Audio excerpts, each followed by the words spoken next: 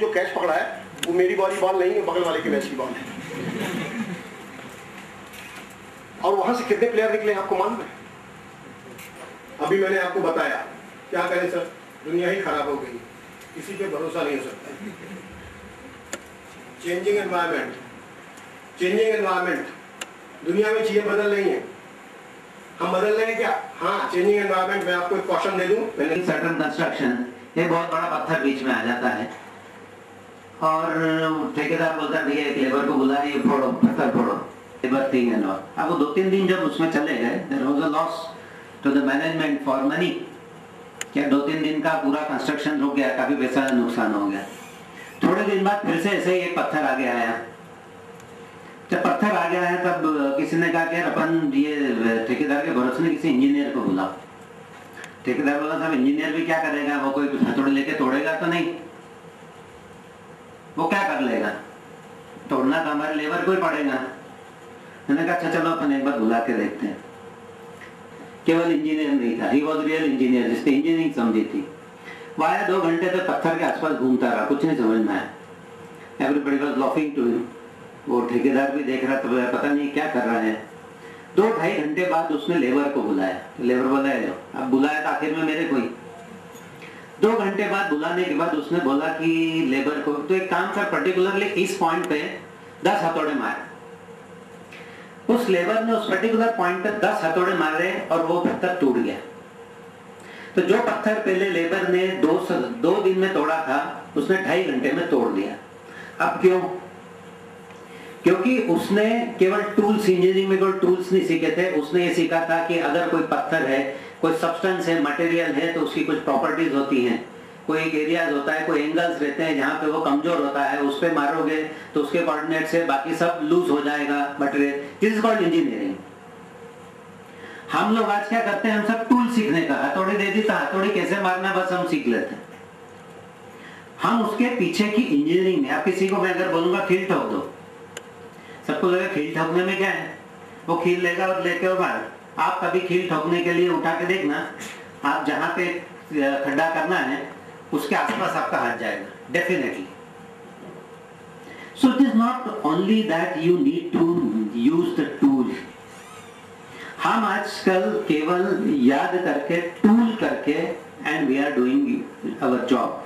So ultimately we are becoming labours and nobody want a labour as a engineer. उसके पास labour के लिए diploma, ITI काफी मिल रहे हैं, तो उसको इंजीनियर एज ए लेबर नहीं मिलता। तो अभी सिचुएशन ये है,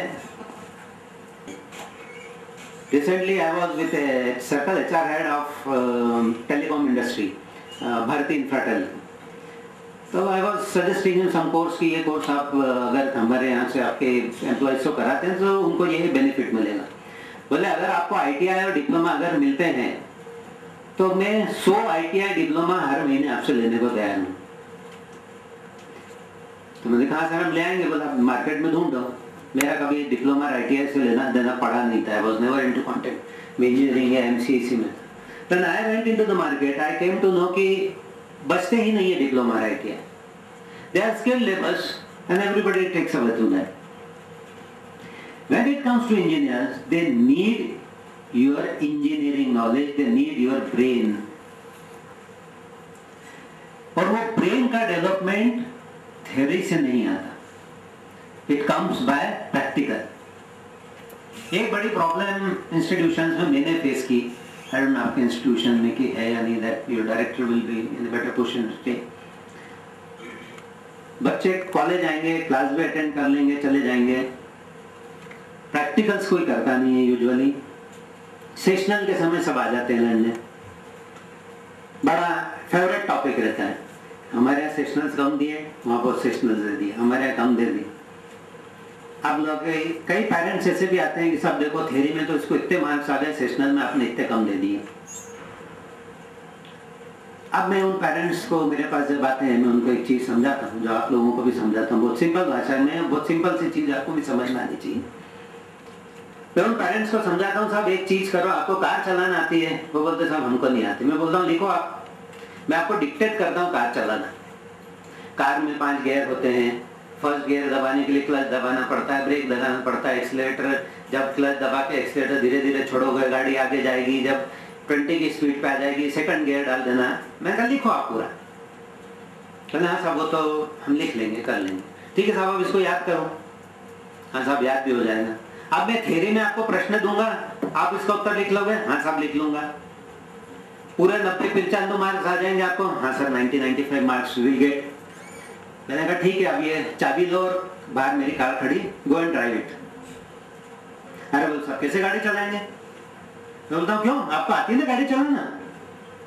अभी तो आपने कहा आप परीक्षा दोगे तो आपको 90% मार्क्स आ जाएंगे, but you can not drive it. Accident हो जाएगा कि नहीं? बोलते हैं हाँ साहब it's see. This is the thing when we are into this theory and practical. When it comes to sessionals and all, it comes to your practical work. आज आप थ्योरी सब जन पढ़ लेते हैं, उसको याद कर लेते हैं और परीक्षा में याद। This the written exam is the test of your memorizing and reproducing it onto the paper. It doesn't ensure that you have a complete knowledge of that thing. That is just an information. Now you have to understand the difference between an information and knowledge. हमको ऐसा लगता है हमने internet से बहुत सी चीजें download कर ली, हमारे फैकल्टीज ने हमको नोट्स दे दिए, हमारे सीनियर्स ने हमको नोट्स दे दिए, now we have knowledge. No, that is not a knowledge. That is just an information which you are carrying with you. Unless you know how to use this information in real life, it doesn't get converted into knowledge. Are you getting my point? और दुनिया में knowledge की जरूरत है। Information हजारों करोड़ों में भरी पड़ी हुई है, नॉलेज की कमी है।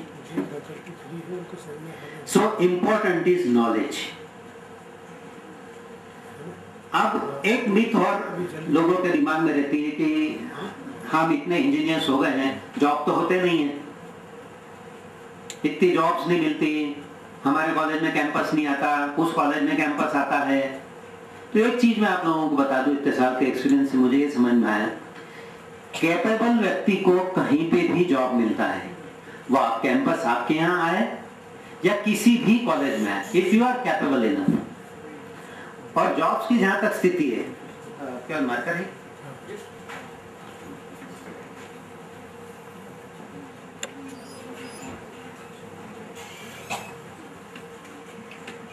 This bar is engineers passing out. इतने सारे इंजीनियर्स पास आउट करें।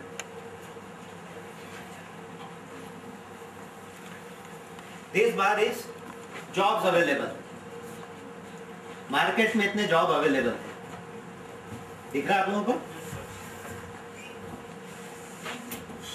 ये इतने जॉब्स अवेलेबल हैं। एक्चुअल जॉब्स की कमी सिर्फ इतने लोगों के लिए है। There is very small portion where the real job is not available. But situation क्या है? Only this much are employed. Why? Because only this much are employable. Problem कहाँ है? इतने लोग बेरोजगार नजर आ रहे और इंडस्ट्री इतने लोगों के लिए परेशान हो रही है। तो फालतू मतलब इंजीनियर्स पता नहीं क्या अपने को नौकरी लगेगा या नहीं लगेगी। So there are ample of jobs into the market. Only thing needs to be done is to make yourself employable. Now employable मतलब क्या? I think काफी बार आपने भाषण सुना होगा, but since it's important, I am repeating this. Employable मतलब क्या? First thing, you should know fundamentals. Fundamentals आते हैं आपके इंजीनियरिंग की जो डिग्री के अंदर जो भी सब्जेक्ट्स आपको दिए हैं, they built up your concepts. एक इंडस्ट्री वालों का काफी ये कहना रहता है कि यूनिवर्सिटी पढ़ाया जाता है, इंडस्ट्री की वहां कोई यूटिलिटी नहीं होती है। So this is all nonsense. I am against this और मैंने काफी इंडस्ट्री वालों को चीज प्रूव की है। मैं इसका एक एग्जांपल आपको IT से देता हूँ, since I am from the IT background. I can explain it through IT example. You can equate it to your branch. आज सब बोलते हैं कि आपके सिलेबस में जो है लेटेस्ट टूल्स एंड नहीं, यू हैव टू डेवलप। तो 4 साल अगर आप इंजीनियरिंग में आए हो और जीवन में कुछ करना चाहते हो तो उस 4 साल आपको कंटिन्यूअसली इन सब चीजों को ध्यान रख के ये आगे बढ़ना पड़ेगा। कॉलेज के ऊपर ओनस इतना है कि आपको अच्छा पढ़ाएं, फैकल्टी कंपनीज लाके खड़ी करें। मैं कई कॉलेजेस का बताऊं कि टीपीओज वहां के बहुत स्ट्रांग है, they bring in so many companies to this colleges, और ये हर एक कैंपस में एक या दो बच्चा सिलेक्ट होता है। क्यों? क्योंकि कितने कैंपस ले आओ, अगर बच्चों में दम नहीं होगा तो सिलेक्ट थोड़ी होंगे। बहुत से बच्चे पूछते हैं कंपनी आ रही है कितने लोग लेंगे, अरे हर कंपनी को कम से कम 100, 200, 500 लोग चाहिए रहते हैं, पर वो 200 लोग लेने के लिए वो अपना बैरियर कभी भी नीचा नहीं करते। उन्होंने अगर एक अपना बैरियर लेवल डिफाइन कर दिया है तो वो उसी लेवल के ही बच्चों को लेंगे, उसके नीचे के नहीं लेंगे। और किसी कैंपस के लिए आया और उनको वैसे बच्चे नहीं मिले तो वो नहीं ले जाएंगे, वो दे विल टेक 0 स्टूडेंट्स। सो हम 4 साल तक कुछ न करके और अचानक एक दिन खड़े हो जाते कि अब हमारी को नौकरी लग जाए, फिर लगती नहीं है, क्योंकि हमने 4 साल न कभी प्रैक्टिकल्स किए, न कभी हमने अपने खुद के लैंग्वेज, कम्युनिकेशन, टर्नआउट पे कभी ध्यान दिया। अरे बाजार वाला क्या सिखाएगा? हमारे माँ बाप हमको रोज सिखाते कि ढंग के कपड़े पहना करो। क्या हमारे पेरेंट्स बताते नहीं है कि हमको? पर हम हमारे पेरेंट्स की सुनते नहीं है। बाहर जाके जब हम 10,000 रुपए पर्सनालिटी डेवलपमेंट वाले को जब हम 10,000 रुपए दान करते हैं और जब वो बोलता है कि ढंग के कपड़े पहनो तो हम झट से ढंग के कपड़े पहन लेते हैं, पर हमारे पेरेंट्स फ्री में हमको बोलते हैं ढंग के कपड़े पहनो, हम नहीं पहन पाते। So you think of all these things, take these things seriously, और इन चीजों को अपने अंदर इनकलकेट करो। 4 साल आपको जो इंजीनियरिंग में मिलते हैं, आई डोंट नो फर्स्ट ईयर के हैं, सेकंड ईयर, कौन सी ईयर के बच्चे हैं, 4 साल में आप प्रॉपर इन चीजों को यूज करो। फर्स्ट ईयर से इंग्लिश इंप्रूव करो। उसका रीजन बताता हूं, अगर आप इंग्लिश इंप्रूव करोगे तो आपको आपके सब्जेक्ट समझ में आने लगेंगे। बहुत सी बार ये होता है कि हम लैंग्वेज से जूझते हैं सब्जेक्ट समझने के लिए। जब हमको सब्जेक्ट समझ में, तो कुछ चीजों का आप ध्यान रखें। एक चीज की काफी प्रॉब्लम आती है, अटेंडेंस की शॉर्टेज। बच्चों को ऐसा लगता है कि वे कॉलेज में आ गए, अब छुट्टी मारना जरूरी है। एक चीज बहुत अच्छे से समझ लो, किसी भी संस्था को आप कॉलेज न आए तो कमर्शियली बहुत फायदा है। Commercially they will be very happy, क्योंकि उनकी बिजली बचेगी, पानी बचेगी, इतने रूम की व्यवस्था नहीं करनी पड़ेगी, इतनी फैकल्टी रखने नहीं पड़ेंगे। 4 फैकल्टी में फर्जी कागज पे रख लूंगा और मेरे को बहुत प्रॉफिट कमाऊंगा। So you are not coming to institution is a benefit to institute, पर इंस्टीट्यूट को ये से बेनिफिट अगर चाहिए होता तो वो खर्चा ही नहीं करते, ब्याज पे रख देते पैसे। सो दे आर नॉट फूल्स। उन्होंने इतना इंफ्रास्ट्रक्चर बनाया, इतनी फैकल्टी बनाई है, so they really want to give some serious education to you. Second thing, आपने एक बार एडमिशन ले ली, उसके बाद सबकी फीस भर गई, तो हम सब फैकल्टीज की तनख्वाह साल भर की फिक्स हो गई। हमारे को अब तनख्वाह की कोई टेंशन नहीं, आप आओ या नहीं आओ हमको तनख्वाह मिलेगी। Now onus is on you, you have paid। आपको यह लगना चाहिए कि नहीं, मेरे पेरेंट्स ने इतनी मेहनत करके पैसा अगर दिया है तो मैंने इस संस्था से लिया क्या। Now that return of your investment, whatever is being invested by your parents, it is your responsibility to reap the return from the institution. आप अगर क्लास में नहीं जाएंगे तो फैकल्टी को कोई फर्क नहीं पड़ना, पर आप क्लास में जाएंगे तो फैकल्टी को खुशी होगी आपको पढ़ाने में। आप कंटिन्यूस अगर क्लास में जाएंगे तो उनको भी आनंद आएगा कि नहीं यार, आज बच्चों ने पूछा, चलो मैं कल तैयारी करके आऊंगा। तो इससे एक एकेडमिक एनवायरनमेंट क्रिएट होता है।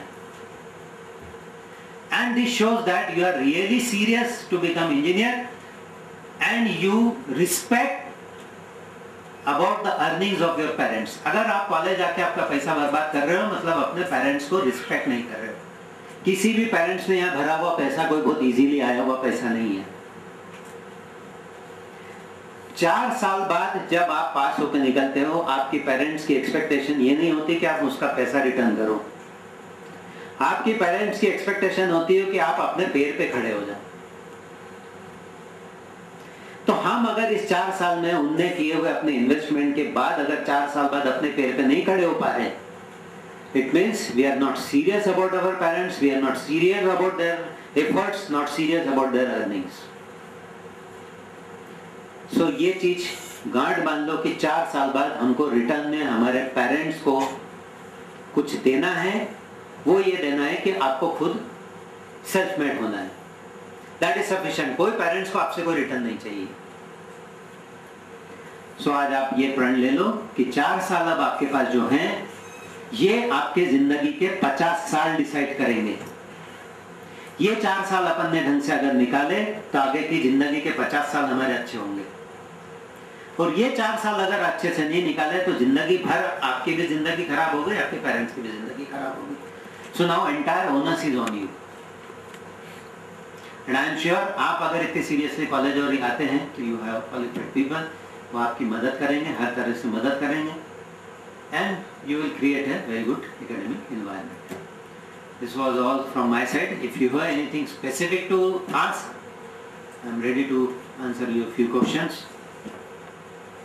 A good citizen. अच्छे इंसान बनो. गलत काम करना, every Tom, Dick and Harry can do wrong work. उसके लिए कोई क्वालिफिकेशन नहीं है. कोई भी गधा जो है गधे सरी का काम कर सकता है. अच्छे काम बिरले ही कर सकते हैं. तो उन बिरलों में बनो. ठीक है? Thank you. Thank you very much, sir. Such nice technical and non-technical blessings for us. I would like to thank you, sir, on behalf of Vikrant Gurvam Institutions. Now, I would like to request our director, sir, to come on the stage and to have further interaction. का part हो चुका है. मैं तो इस opportunity को देख रहा था कि मुझे मौका मिले, so that I get an opportunity to say thanks to the gentleman who has spared time from a busy schedule and shared his thoughts and experiences with you. हम लोगों की जिंदगी कई बार ऐसी हो जाती है जैसे एक बस कंडक्टर की. बस कंडक्टर की जिंदगी में क्या होता है कि वो रोज बस में ट्रेवल करता है, रोज बस में चढ़ता है, रोज ट्रेवल करता है, लेकिन उसको कहीं जाना नहीं होता है. जहां से शुरू होता है वहीं खत्म हो जाता है, रोज चलता है. सोचिएगा, इस छोटी सी बात में एक संदेश है. Try to understand. सर ने उसी को एनलाइटन किया and I am really grateful. और बहुत मीनिंगफुल मैसेज था ये कि पहले आप डिसाइड करें SOP, स्टेटमेंट ऑफ पर्पस. आप जो कर रहे हैं वो क्या कर रहे हैं और किस ऑब्जेक्टिव के साथ कर रहे हैं. हम सब कुछ जानते हैं और डिमॉन्स्ट्रेट नहीं कर सकते, सिर्फ ये बताने के ये हमारे पास 80% की मार्कशीट है. And that is a greatest statement. And इसको जरूर आप घर तक ले जाइएगा, कहीं लिख करके अपने जहाँ स्टडी टेबल बना रखी हो उसके सामने लगाइएगा. एक एडवर्टीजमेंट आता है बहुत मीनिंगफुल, वो भी शायद कुछ ऐसे ही कम्युनिकेट करता है.